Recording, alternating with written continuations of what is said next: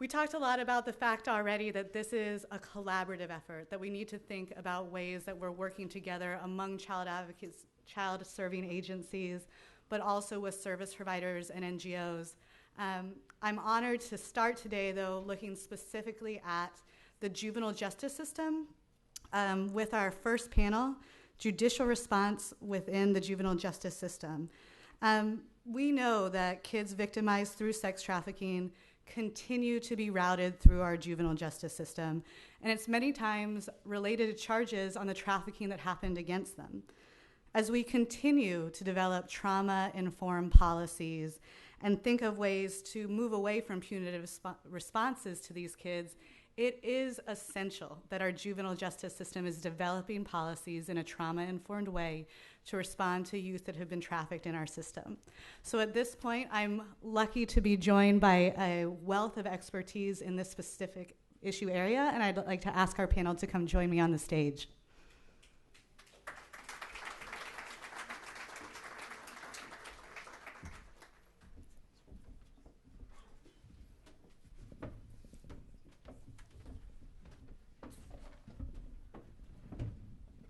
I hope you all see where your names are written too.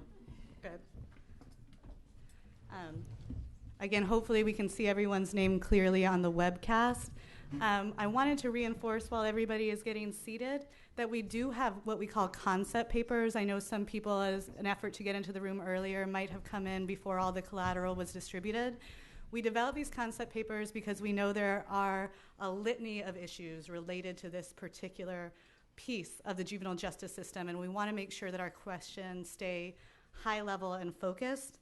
And to do that, I really am honored to be here with a group of people that are joining me here on the panel today as we work together with 3 charges from our panel, which is to identify and evaluate current court processes from the point of identifying a youth as being trafficked to the disposition of the case within the court. We're also wanting to review barriers to providing non-punitive responses and connecting trafficked youth to appropriate services, and also current approaches to overcoming some of these barriers, restraints, and limitations so that we can provide youth access to appropriate care. Joining me from left to right, you have already met the Honorable Hiram Puig-Lugo. As mentioned, Judge Puig-Lugo is Deputy Presiding Judge of the Family Court at the Superior Court of the District of Columbia. Judge Puig-Lugo was appointed to the Superior Court by President Bill Clinton in 1999.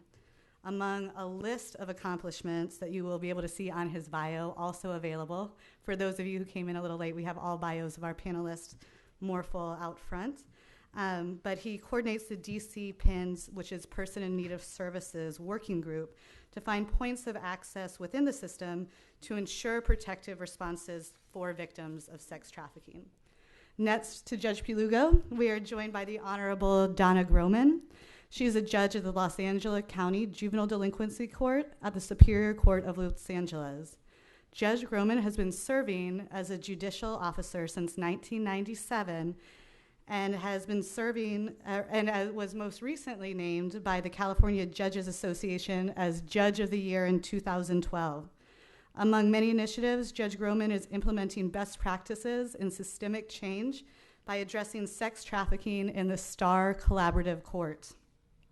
Next to Judge Groman, we are honored to be joined by Angela Lytle, Division Director of Child Protection at Arapahoe County in Colorado. Ms. Lytle has served in the child welfare system for nearly 20 years, beginning her career with the United Methodist Children's Home, and in 2002, moving to the public sector. She has been working diligently to partner with law enforcement and the juvenile justice system through her role in child service to better respond and protect trafficking survivors. Next to Ms. Lytle, we are joined by Ms. Tina Frundt. Tina is Executive Director and founder of Courtney's House here in DC. Shared Hope has been proud to partner with Courtney's House for many years. Courtney's House is a nonprofit that provides services to trafficked youth. Ms. Frundt has been actively involved in raising awareness on the issue of commercial sexual exploitation of children at the national level since the year 2000. As a survivor of sex trafficking, Ms. Frundt is deeply committed to helping others who have been through her experiences similar to her own. And as you may see from the bios, she has a list of accomplishments that it could go on for quite some time, but we're very honored to have her here. And farthest to the left, we're joined by Ms. Melissa Snow. Melissa is currently serving as trafficking program specialist for the National Center for Missing and Exploited Children, where she provides assistance with victim advocacy and service planning to law enforcement and social services. Prior to joining NCMEC, she was the director of the anti-trafficking program at Turnaround, a youth-serving organization and domestic violence center in Baltimore. And I must mention that we are very happy that in her list of accomplishments, Ms. Snow was also formerly in leadership at Shared Hope International. So yes, like I said, we have a wealth of knowledge and expertise, so I'd like to go ahead and turn it over to the panel, starting with each of our panelists to take about 5 minutes to talk about what their program is specifically doing, working in the context of juvenile justice and specifically child sex trafficking, and also collaborative efforts within that process. So if we could start with you, Judge Puig-Lugo. Good afternoon. There are 4 steps that we take to make sure that children who enter our courthouse can access services. And those children reach us as respondents in juvenile delinquency, child welfare, and persons in need of supervision, or PINS matters. It is not unusual for children to have cases in more than one system.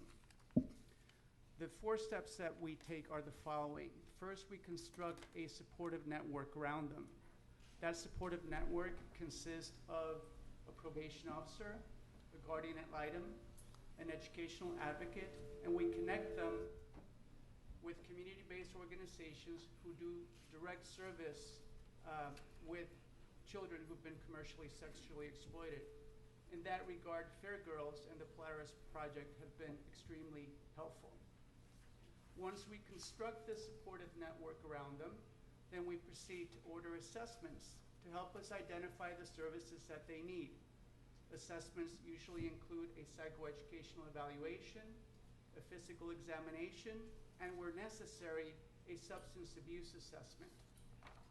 Once we've identified the services that they need, then we move on to ordering that those services be provided. And we work very closely with the Department of Behavioral Health here in the District of Columbia to make sure that the services that are needed are made available. They have a wide range of services that are trauma-informed and evidence-based. And it is not unusual, as you can imagine, that many of the youth are diagnosed with PTSD, depression, and need interventions such as trauma-focused cognitive behavioral therapy. They have strained relationships with their families. They need functional family therapy, multi-systemic therapy, community-based intervention. If the child has developed a substance abuse problem, then we also take steps to address that concern. The 4th step that we take once the network has been built, the needs identified, and the services ordered is monitoring how those services play out. And as you can imagine, it's a work in process. Something might work, something might not work, and you have to adjust to address situations as they arise. Now, in terms of what we have found to work for us in this process is to develop a support network outside the courthouse for those in the courthouse who are working with these cases. And many of you in this audience and on this panel have been part of that conversation. For about 2 years now, we started as a PINS subcommittee, but we morphed into the CSEC working group. And within the CSEC working group, we have had members of the Office of the Attorney General, the Child Welfare System, probation, community-based organizations. Shared Hope International has been extremely helpful, as have been Courtney's House, Fair Girls, and the Polaris Project. And we also have people from the Department of Behavioral Health to, again, we're not talking about specific cases, but we're trying to develop a comprehensive systemic approach to addressing the needs of these children. As far as the obstacles that we have encountered. Frankly, one of the issues has been identifying cases. As you can imagine, it's one thing to see a young person charged with solicitation or see a young person who's a chronic runaway. But they're not the only ones who might be dealing with sexual exploitation. And we have to develop a way of identifying children who come in on robbery charges, who come in on assaultive behavior, to see whether they are also having this type of trauma and need services from us. That's at the beginning of the process. Now, at the end of the process, the risk assessment tools that we use in the juvenile delinquency system, at least from my perspective, are not appropriate for this situation. Because there are status offenders and there are status offenders. We lump them in one group, but they're not all involved in the same type of behavior. And usually a status offender, and that's where the chronic runaways come into the system, gets a very low score. So they're basically, there's a tendency to send them back in the community without the array of services that they need to address their circumstances. And in between those extremes of identifying at the beginning and risk assessment tools at the end, there's the issue of resources, resources, and resources. Those are my 5 minutes. Thank you for your attention. Thank you very much. Judge Groman. Good afternoon, everybody. I want to thank Shared Hope, the National Council, and Casey Family Foundation for having me here today. I'm just so delighted to meet enlightened judges from other parts of the country. There are many, and it's very exciting to be part of this growing process of concern. I wasn't always an enlightened judge. Even though I've been working in the juvenile court field as a lawyer and a judge for 30 years. My awakening came when an enraged public defender couldn't understand why I wouldn't acknowledge a defense of coercion. And my response to the public defender in the case was, this young person had a choice and decided to go back into the street. And when that public defender became enraged, it really made me stop and think about how we are dealing with our young people involved in commercial sexual exploitation in our juvenile courts. Another awakening came when I got a call from one of my colleagues, a judge who wanted to know how we can find more confinement time. Prostitution charges generally carry a 6-month maximum. Well, that 6 months was running out, and this judge was really concerned that this young person was going to be back on the street, and she thought she needed to find some more confinement time to keep that child safe. It was a combination of that and the experience that I've had in my own cases, which led me to search for a different approach to CSEC youth in Los Angeles County. We have approximately 180 petitions each year that are filed that allege prostitution-related charges. However, as other speakers have pointed out, youth that we know are involved in sex trafficking, there are 45% of those youth who have no prostitution-related charges. So part of the process in Los Angeles County has been to assess and to find youth who are in court for other charges but are in need of services that are specialized in this area. A startling 85 to 90% of the young people charged with prostitution-related crimes are African American in Los Angeles County, in a population of perhaps 10% in the general population. Most of these cases stem from one primary area in Los Angeles County, the Compton, South Los Angeles, and Watts area. So we have established through a grant, which started in 2012, a Title II grant, to set up a STAR court, Succeed Through Achievement and Resilience. That's what it stands for. And it's a collaborative court along the lines of a drug court, where cases are conferenced before they're called, so our young people know what's likely to happen. There are no surprises in that court. We have our strategic partners who are trained, specially trained, to serve in this role. We have the prosecutor, the minors attorney, an education attorney. We find that many of these youth really want to go to school, so to have an education attorney to help them recover credits that have been lost in all the transitions they've gone through, to help them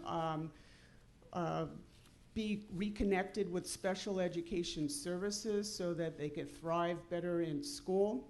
We have a job training coach who's available to the team, and specialized probation officers who carry cases from the beginning to the end of the case, as opposed to the always continuing transition of probation officers that serve our youth generally. These folks conference before the case is called, consult with the young person and their parent caretaker, and come up with a plan. When that young person comes into our system first, of course, we do assessment and determine what services they're needed. But I think one of the things that we do is, if that young person has come through the child welfare system, which is frequent, we want to connect them with a permanent, lifelong connection, an adult. And so from the very beginning of that case, we're looking for somebody who can serve as that lifelong connection for that young person. We assign mentors, many of whom are survivors, either through the Mary Magdalene Project, and we're also developing our own alumni mentorship project.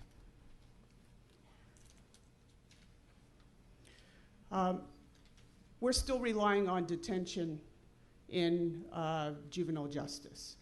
In our state, child welfare does not file these cases because they could only file cases where the abuse and neglect stems from the parents and caretakers in a home. But we're pulling them along, and we're making great progress. Our County Board of Supervisors has mandated that child welfare establish programs for these youth, acknowledging that 80% of the youth who are in our Star Court have ties to the child welfare system. Cases are referred to the Star Court. Los Angeles County is really big. We have 9 different locations of delinquency courts. We have a total of 22 courtrooms that handle delinquency cases. We have another 20 that handle dependency cases, which are the abuse and neglect cases. So we actually have 42 juvenile court judges in our LA County system. But there are cases that happen in other areas of the county besides the one location in Compton Juvenile Court where Commissioner Pratt holds Star Court every Tuesday.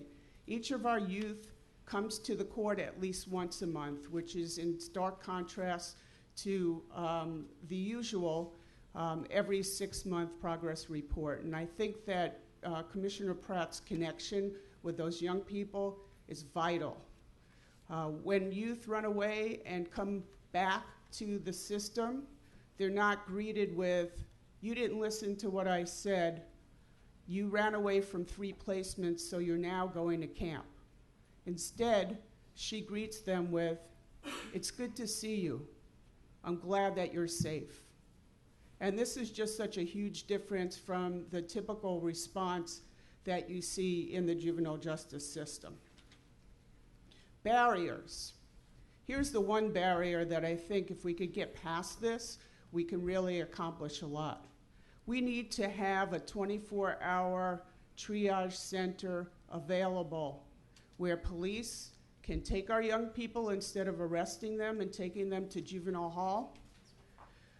We need a place where probation officers, social workers who pick up youth who have been on an AWOL status can take them to a triage center where the first person they should encounter is a supportive adult. And from there, within that 24 hours, attend to their medical needs, their mental health needs, setting them up with a plan from where they go from now on. What I hear from police officers is that in that moment that they have to make a decision when they apprehend a young person on the street, they don't know what to do with this young person other to take them to the police station or to bring them to child services. If we had a 24-hour hub located, in LA County, there's going to have to be more than one hub, but a place where every person involved in the system knows that they could bring that youth, I think that would accomplish so much. Just like we've made so much progress in domestic violence and rape crisis, we need to bring up our CSEC response to the same level. Thank you.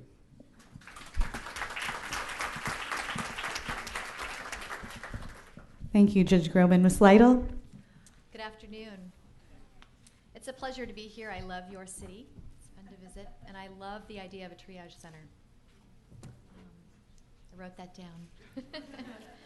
I sure wish I could actually own the title of an expert or an enlightened professional when it comes to human trafficking, but I cannot. And I actually come from a state that still has a great deal of study to do in regards to learning how to properly identify, respond, shelter, and treat the young people coming to our attention. I actually came initially to learn here and now have an opportunity to share with you what it is we're trying to do in Colorado. We have some really good, solid work going on in law enforcement, both at the local, state, and federal levels. The collaboration between our local law enforcements and then the FBI is really very good work. Unfortunately, child welfare was brought to the table very, very late. So law enforcement started to bring in the young folks, and then their next question was, great, we have them. Now what do we do with them? Like in LA County, Colorado has one option in front of them at this point in time with the young people they're picking up, and that is detention also. So our young kids are going into detention, being held, charged with prostitution and other status offenses. The way it came to our attention, in at least my county and probably several other Metro Denver area counties, that this was a growing problem in Colorado, was we were called into the bench and ordered to place a child into a facility, a congregate care facility, about 200 miles south of Denver, who apparently had a specialized prostitution program. So through order, our very first young woman was placed, only to learn that that specialized program also served sex offenders. Not a good combination. Identification of the young people coming to our attention is first and foremost our primary obligation. We are statutorily and ethically obligated to do a thorough, clinically dynamic assessment of the young people coming to our attention. So slowing down the front door and having that conversation with law enforcement, allowing things to slow down in order for us to step in and do our work well, is absolutely one of the most important first steps to take in properly responding to the young people coming to our attention. In those decisions, therefore, we can make better decisions about shelter. Those kids coming to our attention need their bellies filled. They need to be seen by a doctor. They need a fresh, clean, safe, physical environment in which to go first. Then we can take care of the other issues. But wrapping them with something safe and secure very first is going to give us the very best opportunity to do what we need to do and do what we need to do right on behalf of the young people coming to us. Our conversations with law enforcement and FBI have actually been going really well in that arena, allowing us to slow down, bring us to the table right away to do that proper identification and shelter decisions. Colorado has a fairly underdeveloped service delivery system. However, there is a great deal of passion and a great deal of motivation to build what it is we need to build. It's amazing when a specialized population comes to our attention in our world, how many experts are all of a sudden coming to the table, and they know exactly what needs to be done. We're a little cautious about that, right? We want to make sure that there's trauma-informed work. Again, making sure the basic needs are being met really thoroughly for each child coming to our attention. So we're really cautious, and we're going to be really picky about who it is can be our experts in serving our populations. We've got to get out from behind our desks, climb on planes, go over our state lines, and find programs that are producing really positive outcomes for these kids. because it's existed in our nation, unfortunately, for a very, very long time. And there are folks in our nation working really well with these kids, and they don't necessarily have to go into residential care or congregate care. They can be served in their community safely, and we know this because we've been doing our homework. And we're finding programs who are producing really good outcomes at reintegrating our young people safely and sustainably as citizens, which is a great outcome for those that we work with. The other aspect of our work has to be community awareness. Folks don't want to hear that this is going on in our state or in our country. But it's our responsibility, just like other forms of abuse and neglect, to bring it to our community's responsibility, because that's the only way, ultimately, we're going to keep our kids safe in Colorado or in DC or any of the other states. Thank you. Thank you. Ms. Frundt? Wow, am I fighting the urge to walk the whole stage? If you've heard me speak before sitting down, I'm like, wow, how do people do this? Tina Frundt, I'm the founder of Courtney's House, based right here in DC. Thank you so much to the Casey Foundation having me here again. Of course, Shared Hope, who not only supports Courtney's House, but many survivors. A quick hello to my survivor family here in the room and online. It's great to see you, and I know you're there online, and Courtney House supporters. Now, with all that said, I got like 3 minutes. So I'm going to tell you everything in 3 minutes that we do. So really I want to start with kind of the 2 tiers of what we're doing with the juvenile detention centers in the area. So we'll start with the services that we're providing, how they're coming to us with that connection, and then the training component as well.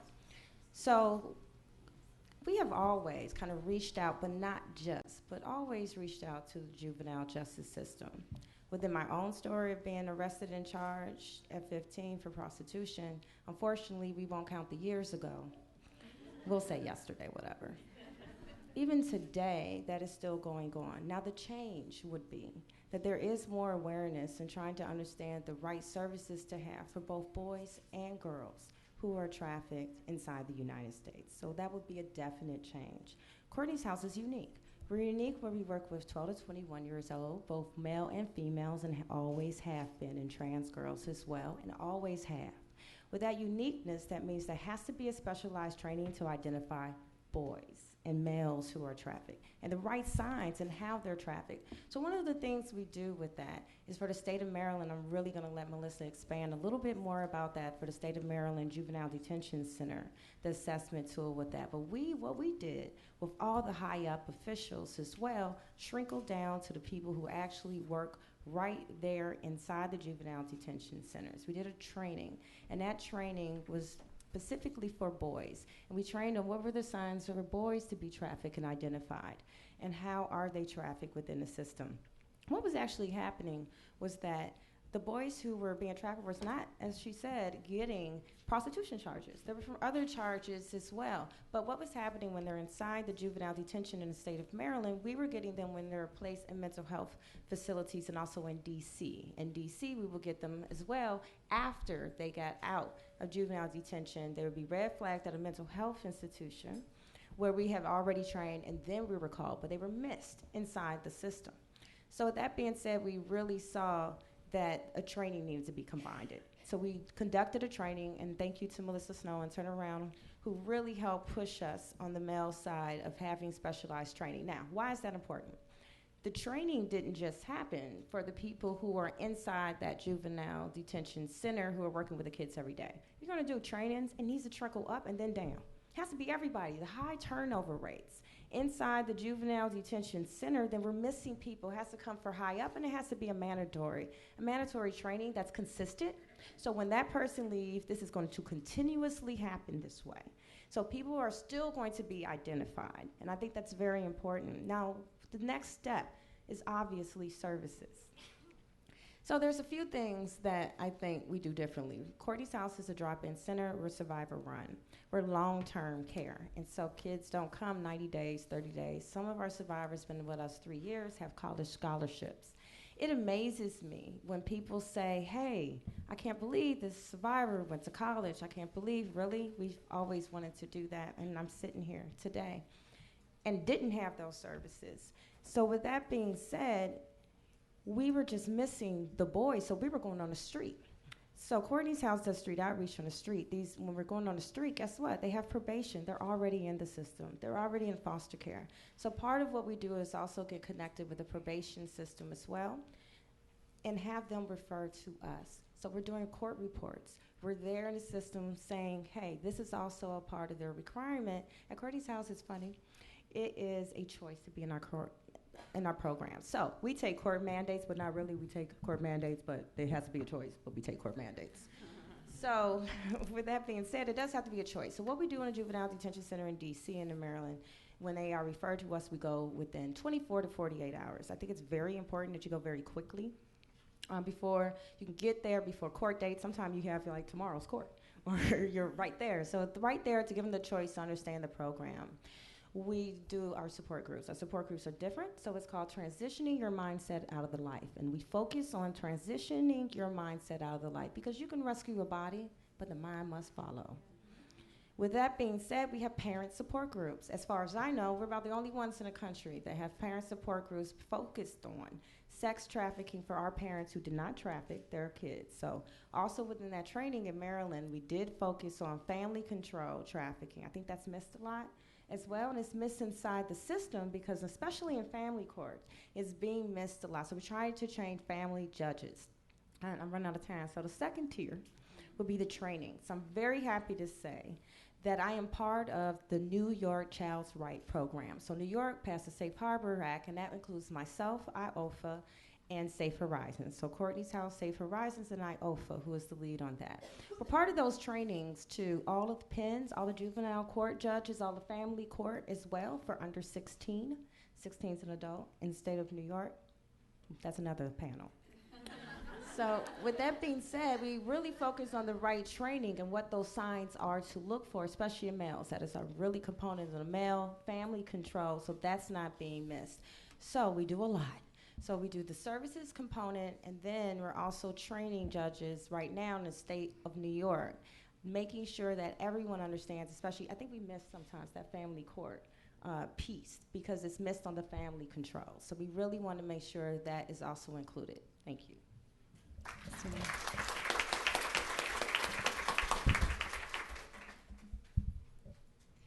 Good afternoon. It's an honor to be here with all of you as well as a part of such a distinguished panel. As Tina mentioned, we've worked together quite a bit over the years on many different projects. And I've been asked to talk today specifically about a screening tool and victim services project that I coordinated and developed within my former role as the director of the anti-trafficking program with Turnaround that provided comprehensive services for survivors of sex trafficking in Baltimore, Maryland. So the framework for this project actually started in my former job with Shared Hope. And what we did was we were really answering the respond from the field of, you're saying that these kids are not hidden, they're just invisible. That they're actually touching different points of the system every day, but we're misidentifying, we're failing to identify them. So what do we need to look for, and what do we need to be asking? So while at Shared Hope, we pulled together a panel of experts. Tina was included in that, as well as Dr. Lori Leach with the Trauma Resource Institute. And what we wanted to do was put together a practitioner's guide and a training tool that did just that. It pulled together a training resource for practitioners in the field to know what to look for. What are these dynamics that are very specific to the issue of child sex trafficking and the trauma that young people experience as a result of that victimization? And then what are those questions that we ask them? And so we really began to dig into what those questions look like, and we developed the intake tool based on 3 core principles of trauma-informed, survivor-informed, and strength-based interaction and intervention. And so taking that resource, as I transitioned then into my next role with Turnaround, I really got the opportunity to engage with the Maryland Department of Juvenile Services and start the conversation of how we could implement a screening process within a detention setting to identify those young people, flag those high-risk individuals who are likely being targeted by traffickers or have already been targeted by traffickers, and we've already failed to identify them. So I really want to point out that the purpose of that screening tool that we implemented in the Maryland Department of Juvenile Services system was about identification, but it actually took a step backwards, and it was really about screening and flagging youth that were falling through the cracks. So it was also about creating an opportunity within an existing system to identify, and then also creating that entire response protocol that Tina just outlined, that comprehensive response protocol that we know that is necessary. As I began to engage with the Maryland Department of Juvenile Services, we really wanted this to be a systemic change. We wanted to create an entire systems change within DJS because we knew that it would not be responsible to identify if we were not creating a culture shift within the environment that identification was going to take place.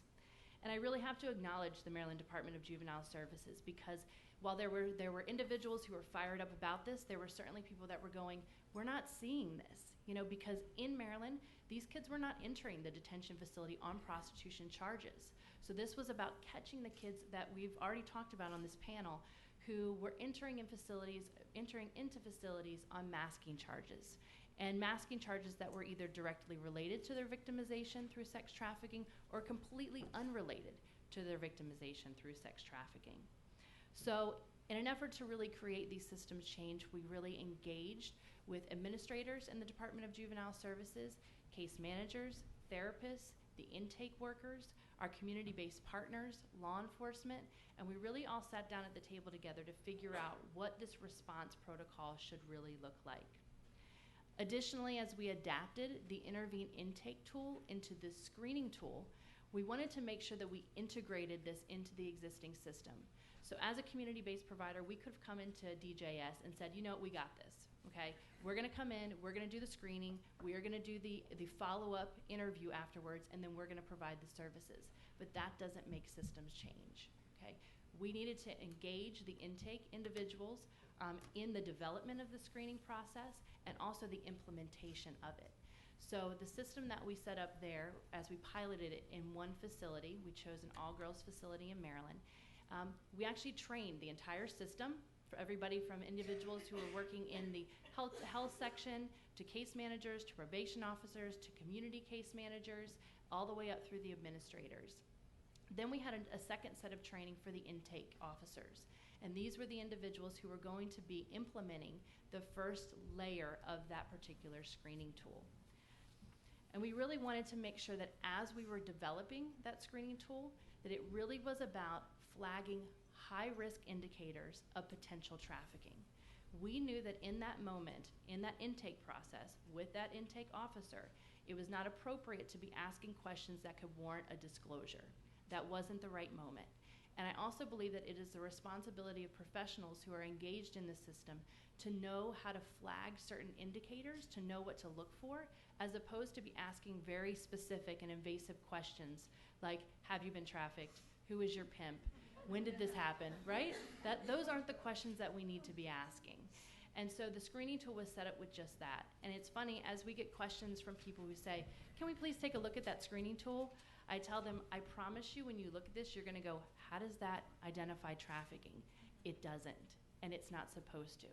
It is supposed to flag high-risk young people who then the community-based provider is able to, through a filtering process, through that flagging process, know that this is the young person that I need to engage in a follow-up conversation about some of the things that are concerning on this screening tool.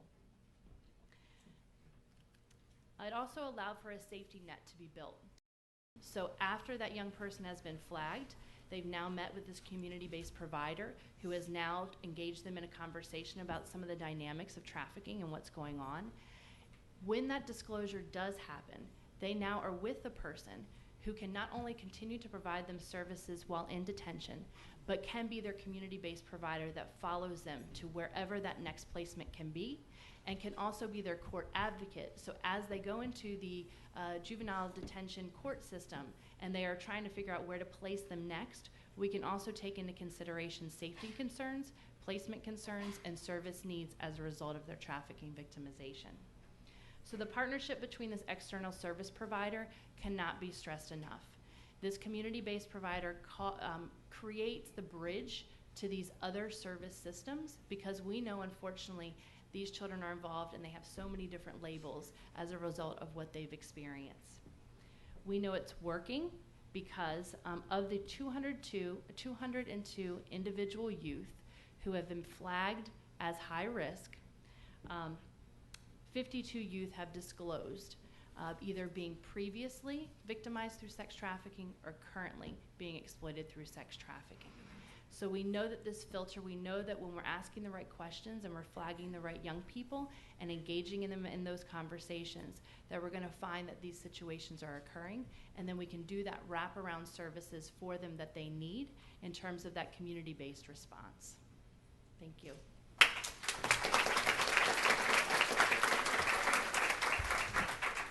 Thanks, Melissa, and thanks to everybody on the panel. I wanted to start off by talking a little bit about that conversation about mandated services. We heard again and again that many of the systems represented here, our youth are not able to access, or is not considered a form of child abuse in that state unless the trafficker was a parent or guardian. So how, especially when we have kids who are flight risks, who are in danger of returning to trafficker, how are our courts responding in a way that is not re-victimizing the youth to get these kids accesses to services? And I'd actually like to go through each panelist on that question as well.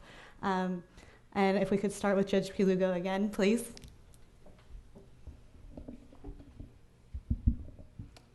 All right.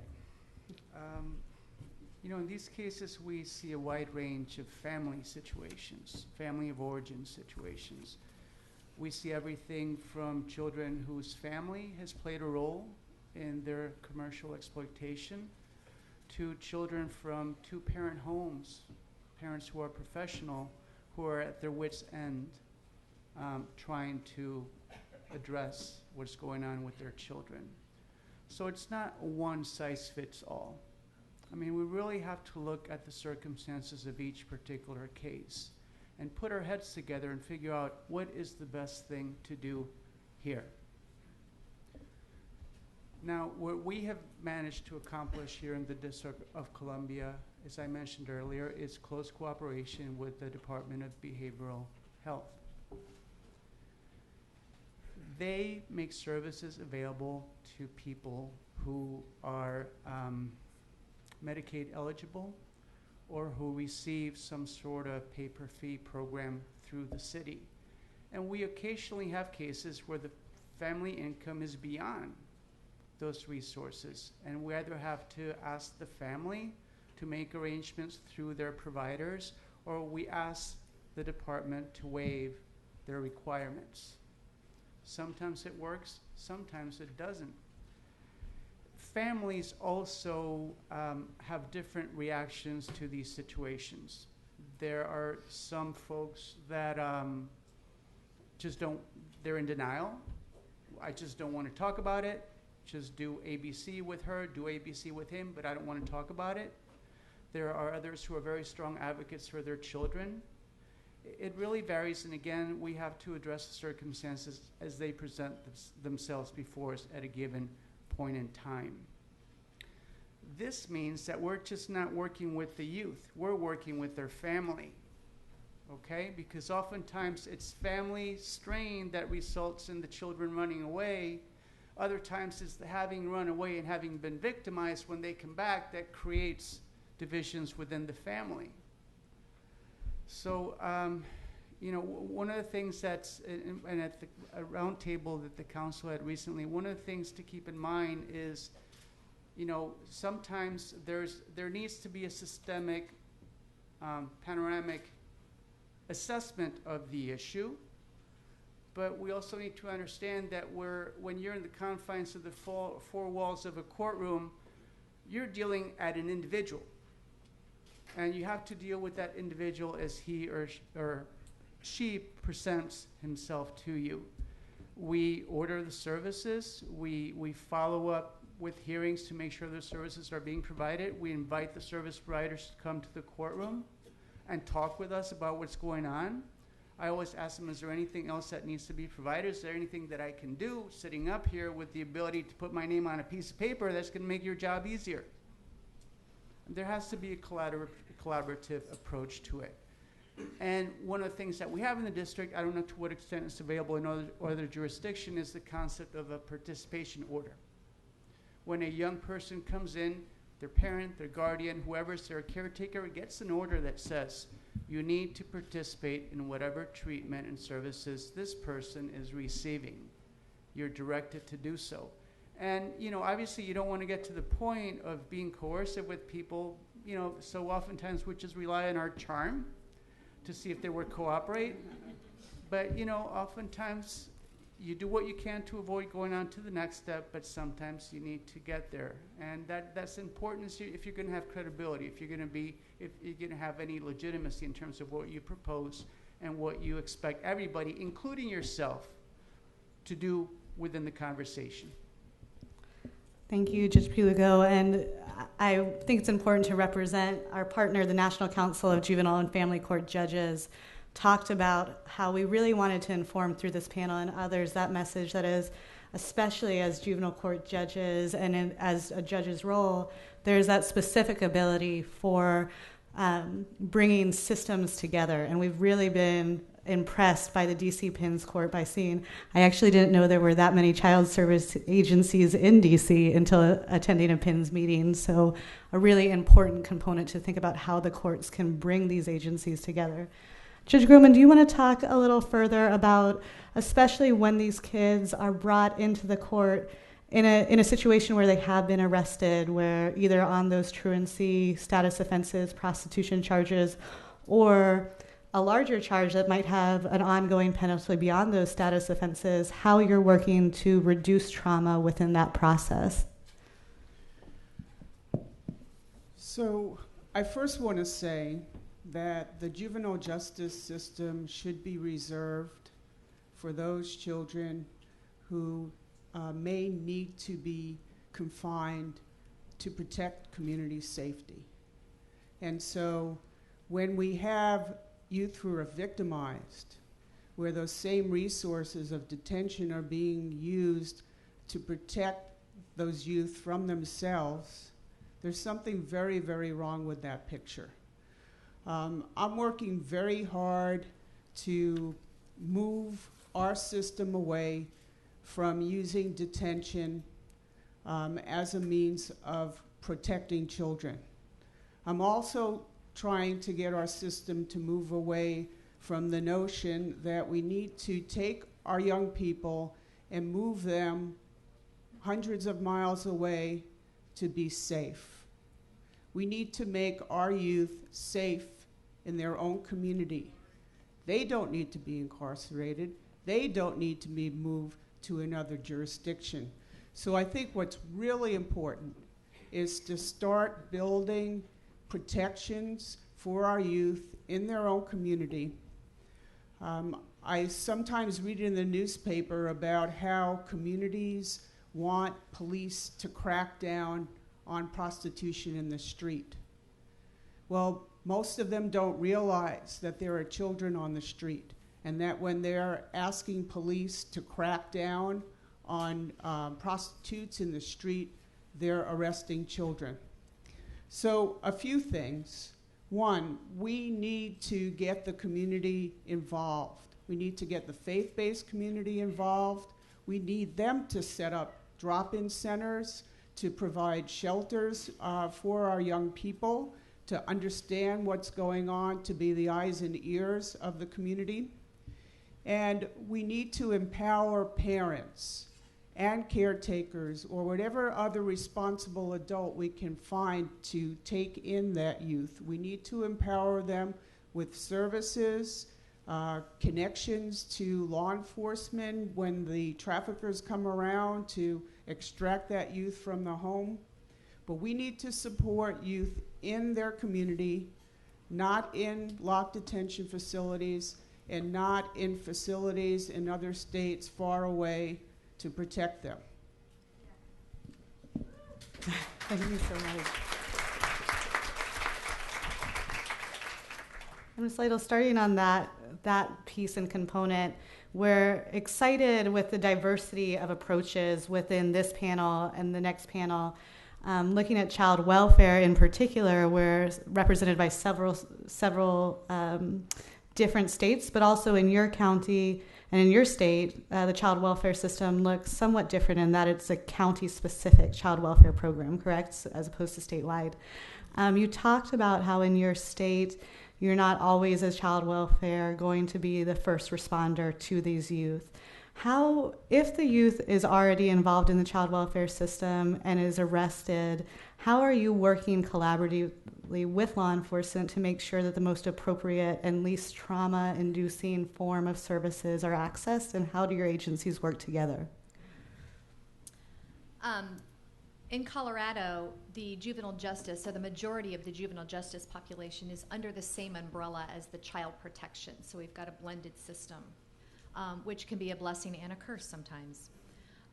When kids are already in the child welfare system and are identified by law enforcement as human trafficking victims, and of course, as I spoke earlier, brought to detention, unfortunately, law enforcement doesn't know that they are already or have been involved in the child welfare system. So I think one of the first approaches is, and you know, I'm very fond of simplicity.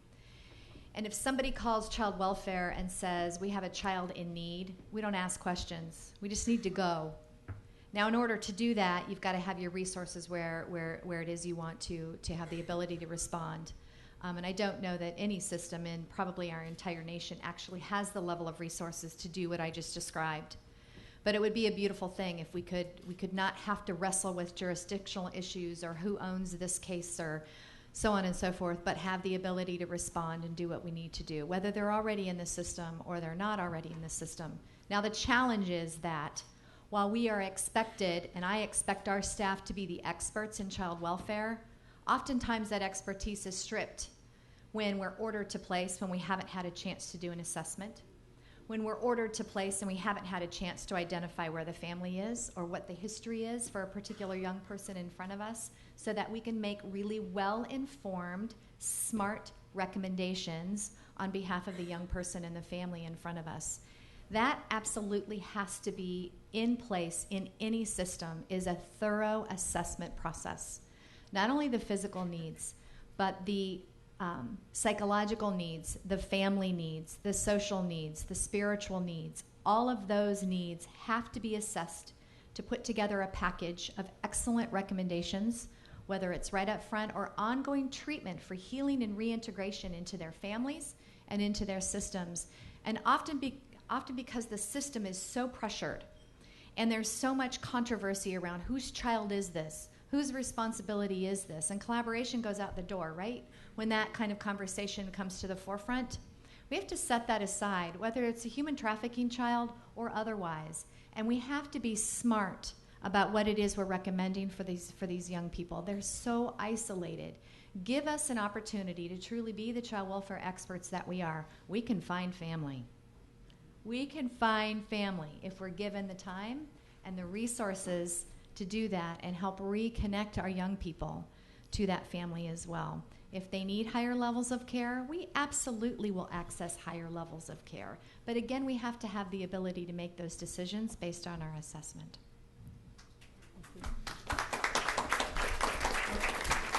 Ms. Frundt, you talked a little bit already about how services can be mandated but not mandated. I was hoping you could further explain, both when you're working with youth that are already in detention on other charges, but also does system or process feel different at Courtney's House if those services are mandated? And does a gender component involved in that as far as referral? Yeah, so, you know, everything at Courtney's House is different. So let's just put that out there. So, and I mean different by we don't separate out of groups, male, female. I work with trafficking. That's what I work with. So my whole population is trafficking. We all went through the same thing. I work with boys because of my own trafficking system. I came out of the foster care system in Chicago, and boys are trafficked right along with me. So there'd be no reason for us to separate anything out of how we do anything at Courtney's House. I had charges as in the juvenile system as well that were not always prostitution. It just wasn't. And so with that being said, we're coming from a different site that we know that. So are there differences? So what I mean by not court mandated but court mandated, So they definitely say, hey, you have to work at Courtney's house, but Courtney's house is a choice. So that means that we have to go, present our program, talk to them about it, tell them the differences. We even tell them about other programs. You know, they'll mention another one and say, hey, that is totally your choice. Which one? Like, the judge gave us these two choices, this program, yours, and another one. Totally your choice of which one. This is what we do. You should talk to them. And guess what? You should research what program you should do. It's for them. Don't we want them to make a change? How are we making packages and deals and saying, here you go, but that might not fit for me?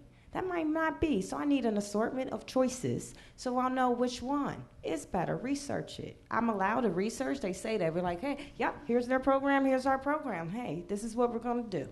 And that's a choice. And that's what a choice is called. And so, you know, we do things differently where we're really presenting a choice. I can't have you in the program if you don't have a choice and say, well, what would you do? You won't be in my program. You'll leave. You won't. So everything we do at Courtney's house is a choice. Support groups. Now, I'll be very honest with you. When we started doing support groups, and we do, again, transition your mindset out of the life, I wrote the program and didn't think everybody want to come. I was like, are you sure? I don't know. I don't know how I feel about that. So the number one thing that everyone always says is, oh, what's up? When's the group again? What are we talking about? I can't wait. That's the number one thing. And so right there, that's because we don't separate it out. Boys, girls, trans girls, we're all having the same issue on the street of being forced into prostitution. We're all having the same issue. It's a space where no one puts each other down. And honestly, and I know Eliza knows this because she came to our Thanksgiving dinner, and it was interrupted. It was interrupted because a survivor ran. She ran from a program. And not only did she come to us on the Thanksgiving Day dinner and brought the other girl, she knowingly knew we had to call the police, stayed, waited for as long as we were able to ride with her to the Juvenile Detention Center. That's what she said. So she ran from a program and came to us. Right. So it doesn't always mean you're running away from something. Maybe you're running away from the thoughts in your head that you're not understanding. So we're here to help you with that and be that support system inside, outside, but parents as well. So parents have to come to support groups. We meet once a month. That's very important. Here's the deal here. When survivors are getting all of the trauma services they need in counseling, you start to open up. You're in this place where you're like, this is not my fault. And you start to talk about it. As good parents, we all do this. We weren't there to protect our children. We weren't there. The guilt happens. When they're telling us what happened to them, we say, oh, okay, all right, I don't want to hear that. Not because of you're ashamed of them, but because you weren't there, but that's not what we vocalize. So the child takes it as a different way, as you're ashamed of me. So if we're not doing the right type of counseling and understanding what trafficking is, and the child is getting trauma-informed services and the parent is not, how do we even expect that to work? Thank you.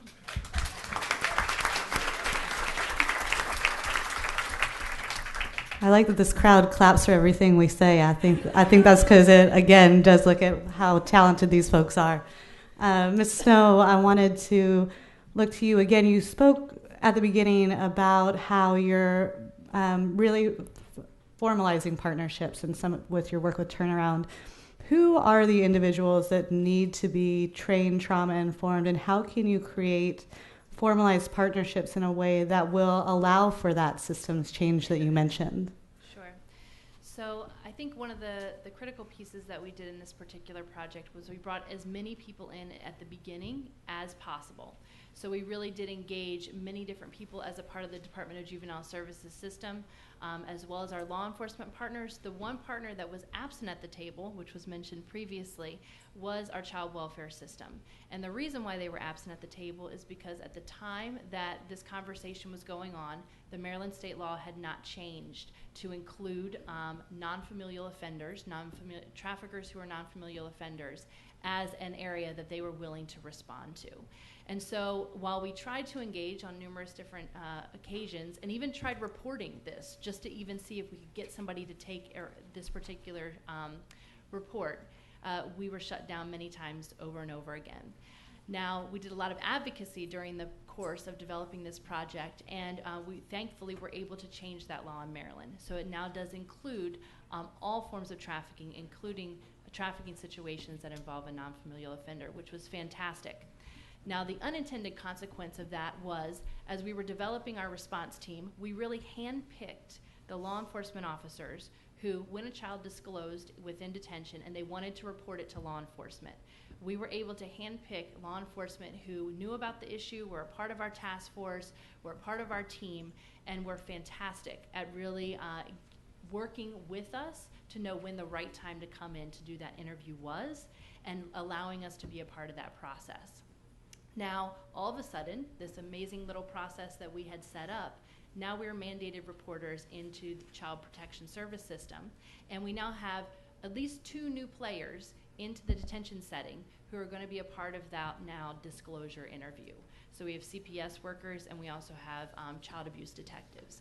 So there was a moment, I know at one point, where there was like 6 or 7 people that were trying to cram into one room because everybody needed to hear the story of this particular survivor who is now disclosing a situation of trafficking. And that's not trauma-informed, that's not survivor-informed, that's not victim-centered, that is not any of the things that we knew were appropriate for this young person. And so we had to come back to the table. As this changed, as our network of individuals, our collaborators expanded, we had to come back to the table and now figure out how we were going to make this work. And one of the pieces that we started to pull in was our Child's Advocacy Center. We see them as a critical player, but then the hurdle came up of if a child is leaving a detention setting, they of course have to be handcuffed as they're being transported to the Children's Advocacy Center. And then without a special court order, the interview has to take place with handcuffs as well. And so, we then hit another challenge, another hurdle, had to go back to the table, figure out, and talking to some of our other partners as to how we could get around that particular issue. Because truly, if somebody is disclosing a situation of exploitation and abuse, we need to be able to provide the same multidisciplinary team response that a young person who is disclosing child abuse would get if they were not in detention setting, right? And so being able to revisit those kind of things came as a part of that team effort, and also was really advocated by our Department of Juvenile Services partners who realized that this wasn't appropriate either. And so some of these also conversations have expanded out to youth who disclose other forms of abuse within detention settings. How do we respond to that, and how should we be responding to that? Thanks so much.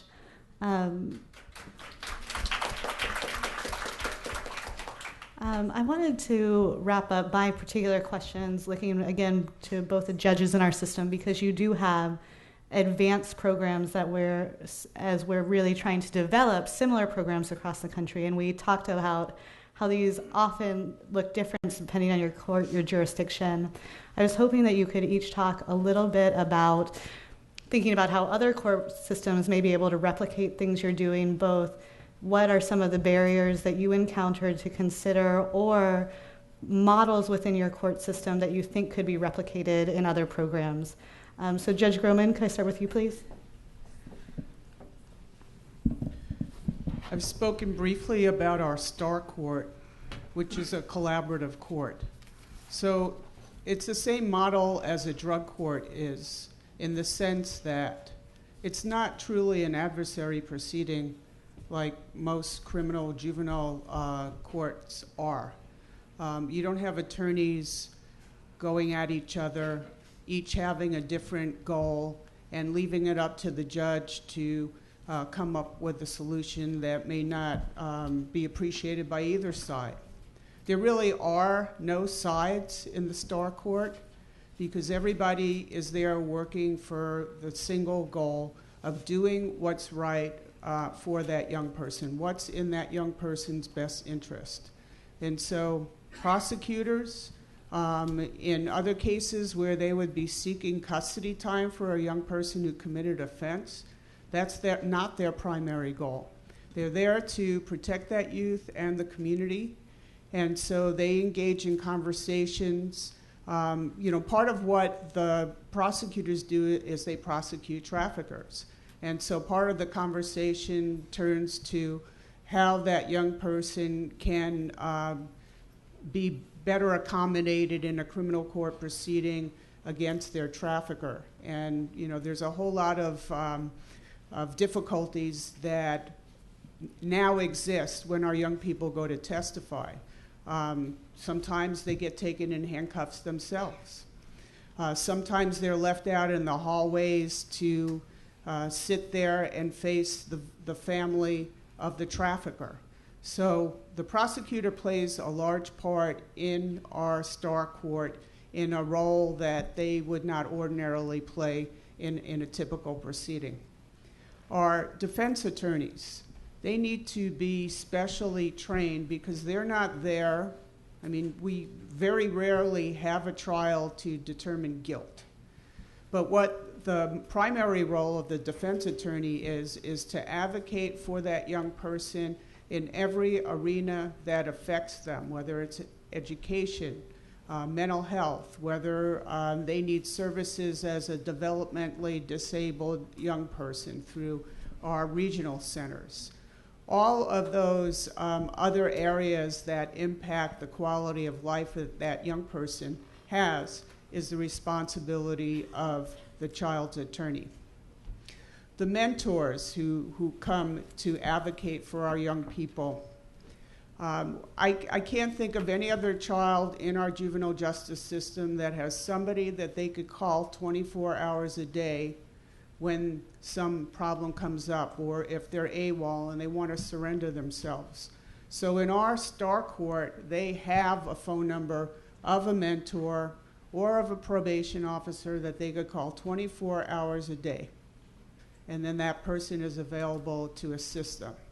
Another difference is that when young people run from group home placements, and in our county, we have approximately 300 young people age 11 and older every day who are AWOL from the county welfare system. In our court, if a young person is missing, we look for them.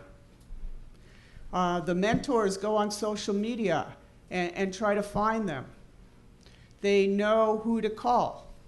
They know other friends of that young person, and so they actually actively look for that person. Another difference, when a young person runs away from a group home and they come back into the system, they're usually placed into juvenile hall so that they could be assessed and interviewed for another placement, if that's the decision the judge makes. In the Star Court, we have special arrangements with group homes who are willing to take these young people back without having to go through a whole nother intake. And it's a huge commitment on the part of the placements, but we have some placements that are willing to make that commitment. Keep beds open, find spaces for young people that come back in the middle of the night. So we've really fashioned, I don't think it's really a juvenile justice court at all. We're really acting like the child welfare system would act if they were responsible for these kids.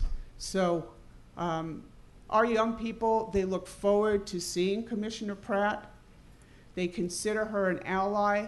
They know that she treats them with respect as a human being, that she's not judgmental, and I think it really goes a long way. Today, our county is holding an empowerment conference up in the mountains. So we have 50 young people who are involved in the Star Court that are in a conference, probably the first time they ever went away in their lives. And the focus is to empower themselves, how they have to internalize the change. You can't force somebody to make a decision to stop running away, to stop being in the life by confining them. You have to provide them the opportunity to internalize that change. And just like Tina says, they have to want to be there, or else it's just going to be a cycle that never ends. And just please, could you use Judge Groman's microphone? Thank you. How many of you are school principals, school counselors, or teachers? Raise your hand. 1, 2, 3. Okay, 4. Where do young people spend or are supposed to spend every day, Monday through Friday, until at least they turn 18 years old. Where are they supposed to be? Schools. Schools need to be part of this conversation. If schools are not part of this conversation, things are much harder to address and resolve. Now, in terms of the model that we have used here in the District of Columbia that might be beneficial to other jurisdictions, as I mentioned, the approach of what we do in the courtroom, which each individual, the conversations that we have outside the courtroom to address overall approaches has been very beneficial. We also, as part of that broad conversation that takes place outside of the courtroom, have coordinated with the DC Human Trafficking Task Force, and Shared Hope International is a very active and involved member of that effort, to provide training. We had recently training in the courthouse for judges, lawyers, caseworkers. It's something, we have training like this every 3 months or so, and by far this has been the best attended training that we've had, the one that we had on CSEC. We're in the process of organizing a similar training for the child welfare system the first week of December. So in addition to the courtroom work, the conversations, collaboration, and communication, there is that training component as Tina mentioned as well. Now, I'm gonna venture on some thin ice here, in part because the OJJDP compliance monitor for the District of Columbia is in the courtroom as we speak. But I won't tell anybody, Mr. White. Look, I agree with Judge Groman that detention should not be the default response. Detention should not be used to punish. But if you're sitting up there in a robe, there will be circumstances where that's the only thing that you can do.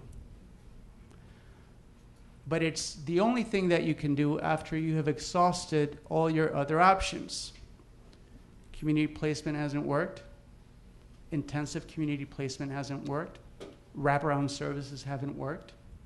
Congregate care hasn't worked. Intensive congregate care hasn't worked. Because at some point, when that person runs, you may not see him or her again.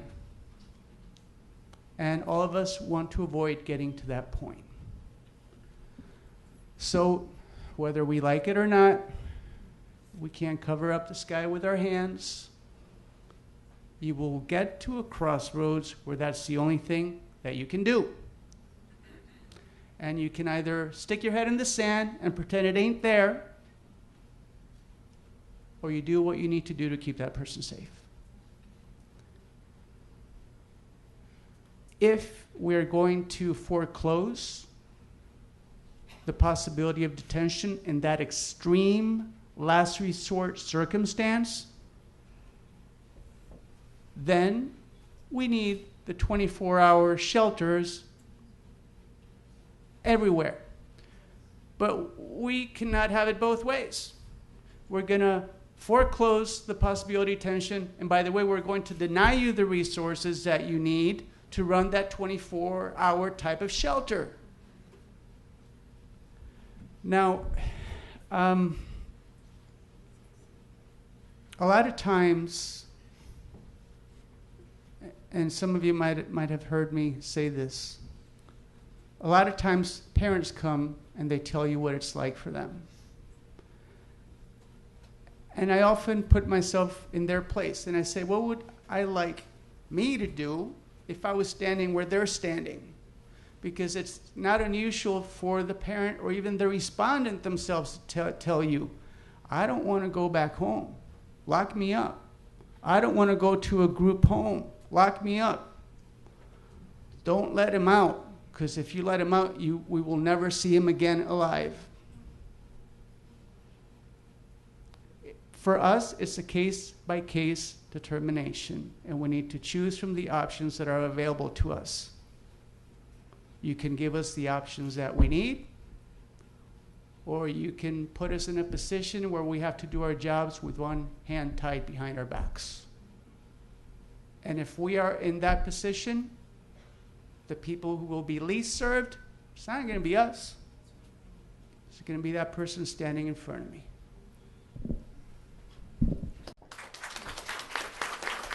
Thanks, Judge Puig-Lugo. I think we need the brave people to skate on thin ice so we can have honest conversations with real solutions. And with that said, I actually have a whole lot more questions that I'd like to ask, but I promised our partners that we would leave plenty of time for questions and answers, and I can see by expressions in the audience that there are people eager to ask them. So while we're getting the microphone set up, the way we'll be doing that, and Nikki, could you help Mike get the microphone to the middle aisle? Thank you so much. Go ahead, Tina. Or actually, before you do, let me say one thing. Since we're preparing for the question and answers, again, for those watching on live stream, hashtag sharing the hope is the way that you can ask questions remotely via Twitter. Judge Hugo, I want to jump out there with you on that thin ice. Come on, I'm coming with you. We're not going to fall in. Here's the thing, really quickly. Juvenile detention is not safe. There's a few things. Jail, not safe. It's not safe. And I agree with exactly what you're saying. We need other options because it's not safe.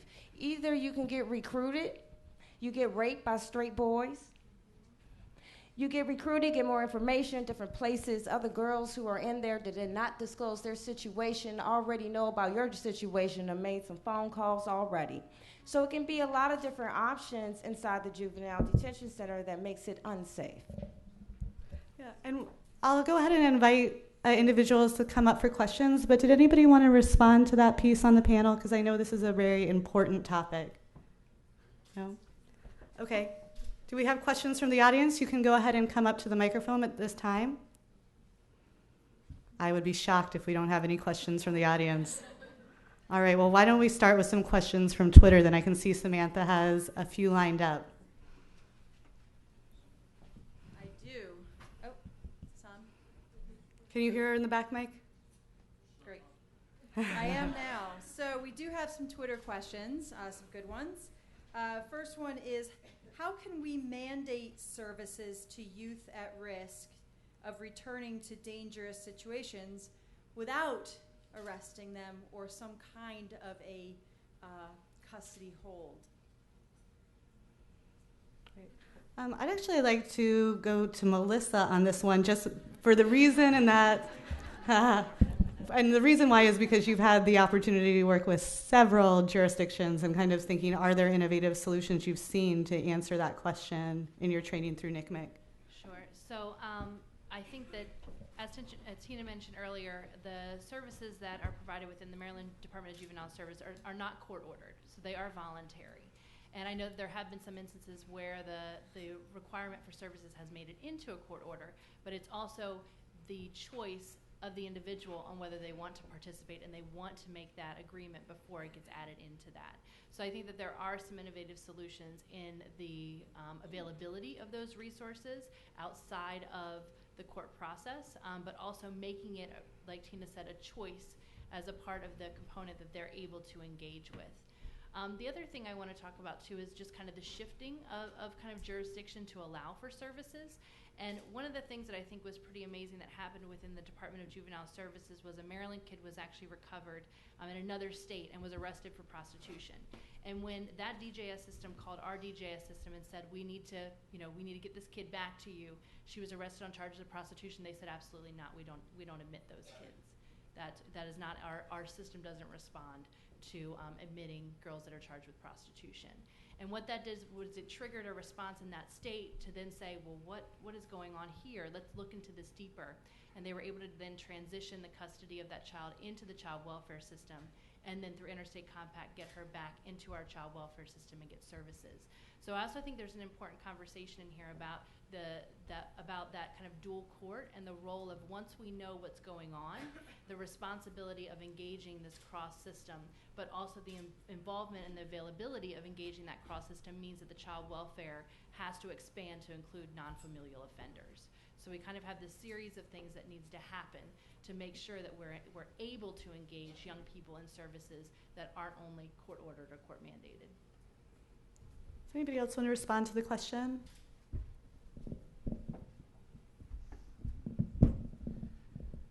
When we use detention as a means to help our kids, how long? How long? We can't keep them there indefinitely, and when they get out, has anything changed? Do we incarcerate young people who use drugs, who use dangerous drugs? So I think the longer that we continue to use the juvenile justice system to deal with this issue, we are really not getting to the heart of the problem. Now, I have detained young people also where there was no other alternative. But how long are we going to keep doing this? How long are we going to let child welfare delay in picking up the reins to deal with this issue? In our county, the Board of Supervisors is mandating child welfare to do something about it. If juvenile justice was not there, they would have to move a lot faster than they're moving now. So I don't want juvenile justice to continue to be the crutch, the method that causes delay to child welfare to pick the burden up, because it is their burden, and they have as good solutions and better solutions and more resources and better trained social workers as opposed to probation officers. It's just a better system, better equipped to deal with these young people who are in need. Regarding services being mandated, you know, when somebody picks up a case in court, that's just part of how it works. I just don't say, okay, I'll see you December the 15th. Between now and then, do what you want. I set conditions of release, because conditions of release and compliance with them or not gives them an idea of how it is that we need to work in this particular case to make sure that this person gets the therapeutic intervention that he or she needs. Because when you think about it, family court is a therapeutic court. The first juvenile court was established in Cook County in Illinois in the 1890s as an alternative to the adult criminal justice system. And the idea was to deal with youthful offenders in a different way because they were in a different place. The issue is whether today we're going to live up to that therapeutic mission. Because what has happened along the way is that there's been a crossover from a therapeutic intervention to a public safety intervention. Now, in terms of detention, let me suggest something to you that at least to me would be more practicable from my perspective than completely foreclosing detention. Put procedural safeguards into the detention. For example, you cannot detain until you've exhausted all other options. You cannot detain unless there's clear and convincing evidence that the person is high risk of flight. You cannot detain unless there's clear and convincing evidence that they will put themselves in serious harm if they run. If those three requirements are satisfied, and only if those three requirements are then satisfied, then you can hold for up to 14 days for either assessment or putting services in place. And if anybody wants that detention to be extended for no more than 10 days at a time, they have to present good cause that the evaluations are taking place and the services are in the way. Because the purpose of detention should not be to store and put out of sight and out of mind. No. It should be to stabilize and put services and intervention in place so the person can return safely to the community. That's where they belong, and that's the only way that we will fulfill our therapeutic mission. Absolutely. Can we pass the mic down to Ms. Lytle, please?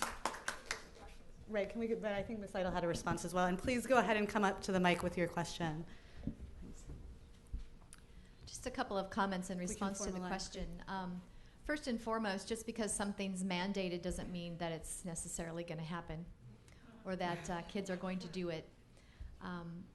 Juvenile justice especially, those kids are coming to us with their own ideas, and what we don't do as a system is actually listen. We hear, right? We hear what they say, and we hear what their family says, but we don't listen to what their family says.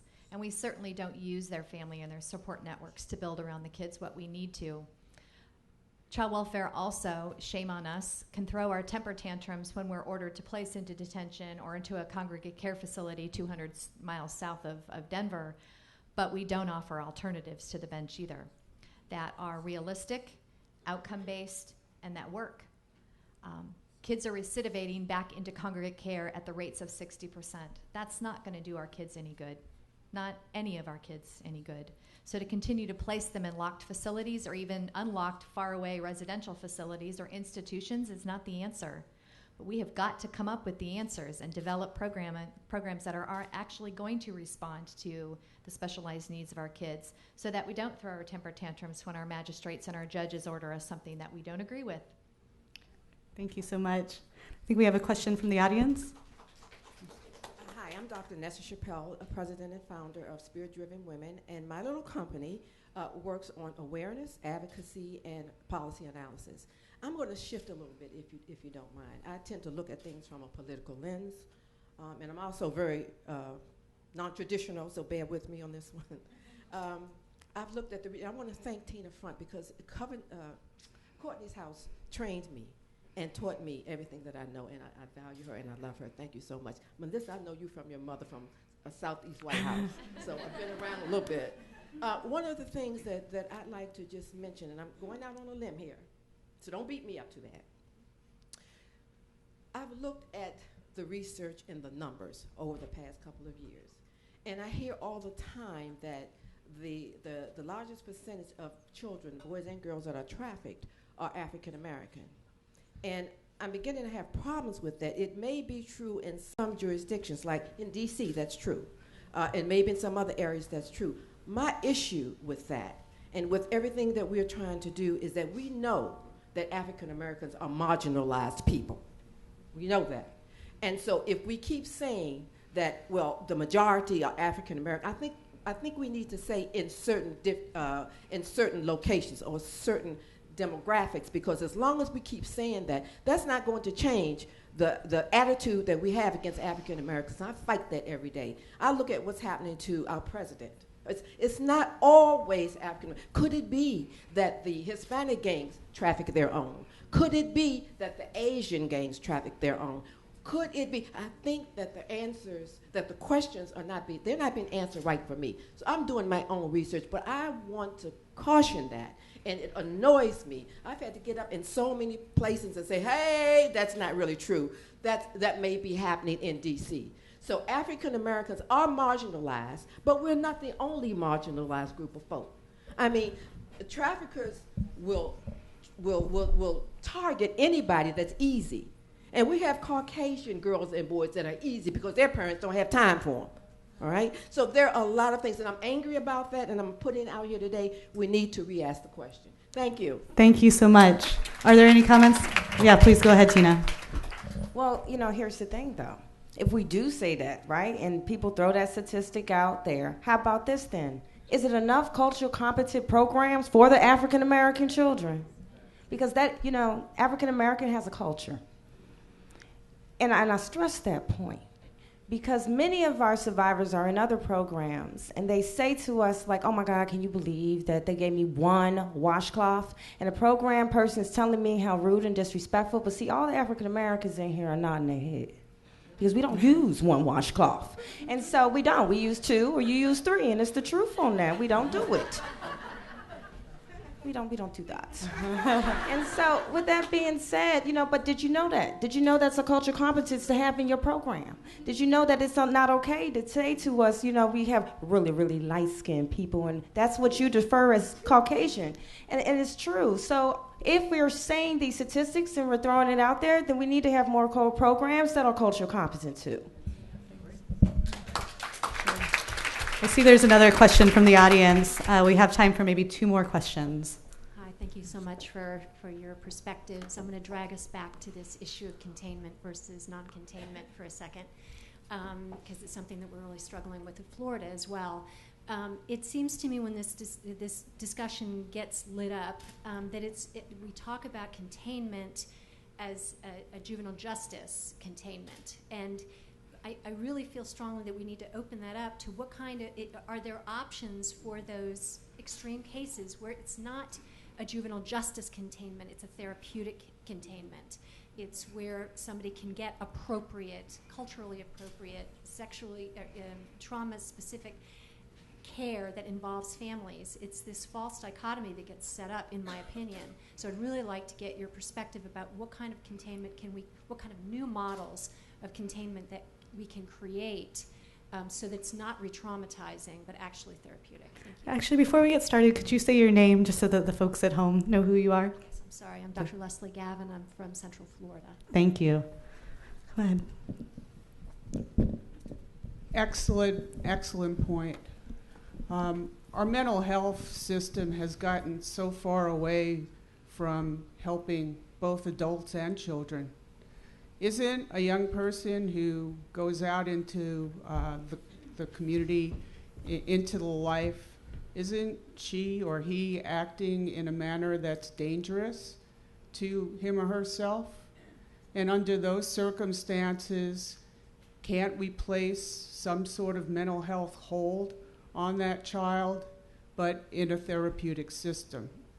Right now, I don't think that there are facilities in this country that separate between youth who are charged with criminal offenses and youth who are being held because they are dangers to themselves. So I would applaud efforts to broaden mental health treatment to encompass young people, not only young people who are out there in the life, but young people who are doing dangerous things to themselves in terms of using drugs or under other circumstances where we could provide them help, especially for the younger kids. You know, you're talking about an 11-year-old or a 12-year-old, they have very few tools to be able to protect themselves on the street. But I think that it's more appropriate to have a younger child like that in a mental health facility than in a penal facility. One thing that we have done here in the District of Columbia is rely on a provision of our code that allows us in juvenile court to order inpatient hospitalization for further evaluation. We actually have a psychiatrist in-house at the courthouse. And in order to order that type of placement, we need a written report from the psychiatrist saying this person needs inpatient hospitalization for further evaluation. That's not the same acute standard that you have in the adult system. It's a lower threshold. That's it. Just needs inpatient hospitalization for further evaluation. So what we started to do to avoid having to detain children that we saw who were being commercially sexually exploited was having the screen. Because they're all gonna come across with PTSD. They're all gonna come across with depression. They might have some needs regarding medication, some of them. So we were actually avoiding placement and detention for those cases that was the only option available by creating this other option for ourselves. But that placement, by the way, was in a subacute unit up for 30 days. And during those 30 days, then we had time to explore other options and to put services in place that will facilitate returning the person to the community. That process required close collaboration between probation, the Department of Behavioral Health, the court, guardian ad litem, anybody else involved with the child. In terms of additional options, frankly, it would help if there were therapeutic foster homes with foster parents specifically trained to deal with this population. It would help if we had group homes with caseworkers and supervisors specifically trained to deal with this population. Because oftentimes what happens, child welfare would put them in a therapeutic foster home, and when that foster parent knows what that child's been up to, they don't want them. So we have to work also with the therapeutic foster home as an alternative to the extreme situation where a person might end up detained. Yes, Melissa? So just a couple thoughts on that one. So I want to make sure, I think it's a really important conversation with the therapeutic foster home and then the idea of this kind of intensive therapeutic intervention.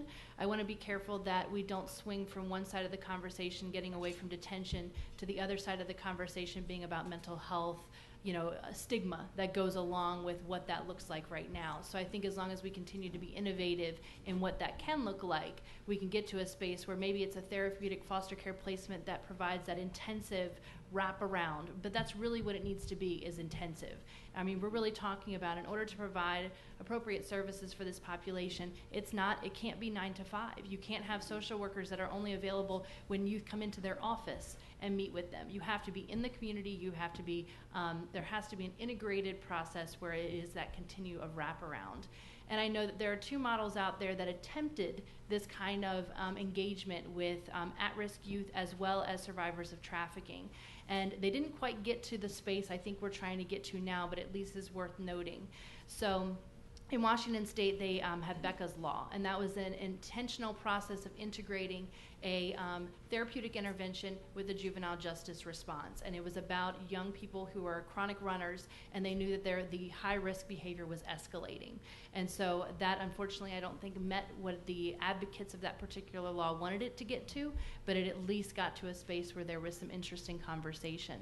And also in Alberta, Canada, in Edmonton, they also had this issue where they were seeing young people in their community being exploited, and they wanted to create this very specialized stabilization area that provided that intensive therapeutic response. And so I think those are 2 systems of note as well.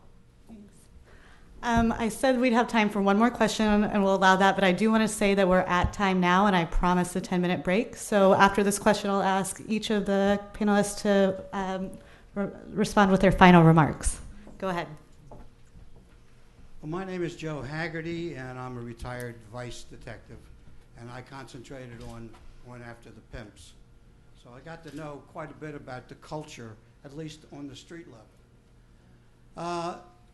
I have a question for Your Honor, and the one question is, does the District of Columbia still, when we're talking about a missing person, specifically a juvenile, are we still arresting them as a fugitive from parent or a fugitive from an institution, depending on what that missing person situation is? That's the first part of my question, and I'm sure that's a pretty easy one to answer. The second part of my question mainly goes to the NGOs, and more in terms of what, I don't want to say encouragement necessarily, but what do you do to try and get these kids to talk about their pimps in the sense of getting them prosecuted? What I found dealing with so many, I mean, I interviewed well over 5,000 prostitutes came through the District of Columbia. And I found that it is such a psychological break when they sit down and they talk to law enforcement about what happened to them. And then they talk to a prosecutor, then they end up in a grand jury, if God, if I can get the U.S. Attorney's Office interested. But, that's my second question. First one to you, Your Honor. Thanks. I am aware, because I have seen situations where a person is picked up based on a custody order issue premised on the missing person reports. Now, these are out-of-state people. No, these are local. Well, I'm talking about out-of-state people. You talking about now, out-of-state? Yeah, we pick up a kid, he's 15 years old, it's a missing person. They're if there's a missing persons report, you hope for that, then they get charged as a fugitive from parent or a fugitive from institution, and then under the Interstate Compact Act, they ended up getting sent back to the jurisdiction that they came from. The question really comes down to, where is the intervention? I've never seen what you describe in the 14 years that I've been on the court. I've never had somebody come in on a fugitive warrant because they ran away from somewhere else. And I don't know why that is the case. My assumption, and this is subject for further conversation, is that the interstate conversations, collaboration, and sharing of information that needs to happen is not taking place. And just so, okay, so this people at home can see, can I ask you to sit down? Thanks so much. I'll allow for the NGOs and others to respond as well, please. To answer that part, I think we have once again, Courtney sounds different. So we work a lot with law enforcement and different ones, so we wouldn't call up anyone. It would be one specific law enforcement that we trust, we can vouch for, and they vouch for us. They come to our drop-in center. We work with DC, Maryland, Virginia. I actually train a lot with law enforcement and internet crimes. And so I think that's important that we vouch for them, and then I always say to them, so don't mess this up, because your word, my word, we got to do this together. And our survivors honestly do give a lot of information because they trust us and they trust the person that they meet, and they don't meet them there for the first time doing an interview. I think that's really important. That's not the first time they met them. We invite them to our events so they can know, and again, we have a selected few, so not tons of them, selected one or two from each jurisdiction, and they come to a fun event when no one's in trouble. That's why we were able, for that particular time when Eliza was there on Thanksgiving dinner, we were able to call that one officer we worked with, walk the survivor to the car who had to get in handcuffs, but they let me come in the back with them and ride with them, and then they were released the next day, and I was able to come, and everything we said was the truth. So adding to that, I think working with law enforcement partners is absolutely critical, and I know that as a part of our design for the Maryland system, that we had partnerships and individuals who we knew we could call on when that young person was saying, you know, prior to the CPS, the mandated reporting component, that we could reach out to and say this person is ready to talk and they want to talk. And being able to build that bridge to law enforcement was really important as well. Really getting the young person to know that this individual knows what you're about to talk about. You know what I mean? That this is what they're investigating, this is what they're aware of, and that they're concerned about you and your safety. And so building that bridge to law enforcement was absolutely critical, and many of the young people who we have identified in the Department of Juvenile Services has been connected with law enforcement, and we're actually moving towards the first wrap-up of a full conviction as a result of that identification project. To address your second point in terms of missing kids, and I'm moving the hat from the Department of Juvenile Services to the National Center for Missing and Exploited Children, and that this is a priority issue for the National Center because these children are both currently missing and actively being exploited. We know that in 2012, 1 out of 8 endangered runaways that were reported to the National Center for Missing and Exploited Children were also likely child sex trafficking victims. So we're really getting the message out that we know traffickers are targeting this population, and that absolutely, as we talk about juvenile detention response, and we also talk about child welfare response and kids missing from care, that the first step of that person has got to be to report that kid missing to law enforcement. And we're also really encouraging protocols and systems that allow for that child to be reported into the National Center, because we know that the dynamics of this crime mean that that child is oftentimes going to be moved to a different location outside of the current missing location. And that's where it gets into those out-of-state kids with that interstate compact response that also needs to be a part of this conversation as well. Were there any other comments? Great. Well, in that, I think my final takeaway, and there were so many from this panel, is that idea of within our juvenile system, justice system response, that there needs to be that collaboration, not just with the NGOs, not just with the agencies, but really what I've been so impressed by each of these panelists is the willingness of collaboration within their own systems. So when we're talking about the juvenile justice system, we're making sure that your public defender is informed and able to teach the rest of the court what that youth is going through, that your probation officer has that same kind of training. So I really hope that you in the audience are thinking as you're going home, what do these kind of system changes and these innovative strategies that we heard about today mean to us? And also in that idea of collaboration, 2 things. One, outside, some of you may have missed it on the way in, there's a sign-in sheet. We're going to be representing the conversation here with some follow-up reports and tools for you, so please be sure that we have your email. And also in the effort of collaboration, I'm going to give you the challenge to be in and back in this room in 7 minutes because I went over. So if you can quickly be back here at 3:40, we would appreciate it, and we will get started again. Thanks so much.